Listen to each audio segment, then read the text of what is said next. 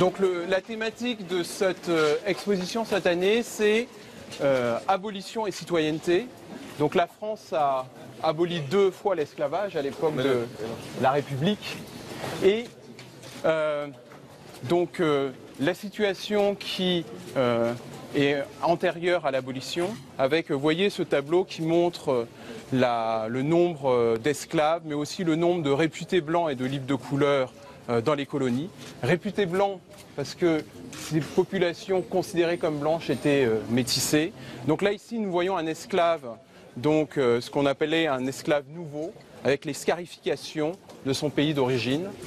Alors ensuite, vous avez un deuxième panneau qui concerne ici les libres de couleur, une catégorie des populations coloniales moins connues, ce sont ces affranchis, affranchis par leur maître, affranchis aussi par rachat, et qui se retrouvaient dans une position de ségrégation par rapport à ceux qui étaient réputés blancs. Et bien que pour certains étant propriétaires d'esclaves, ils avaient moins de droits, ils n'avaient pas le droit d'être appelés sieurs, ils étaient appelés nommés, ils n'avaient pas le droit d'être officiers.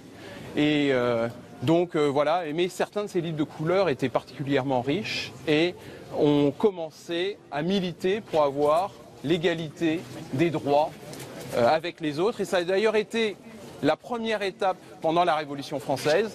C'est ce que l'on voit ici.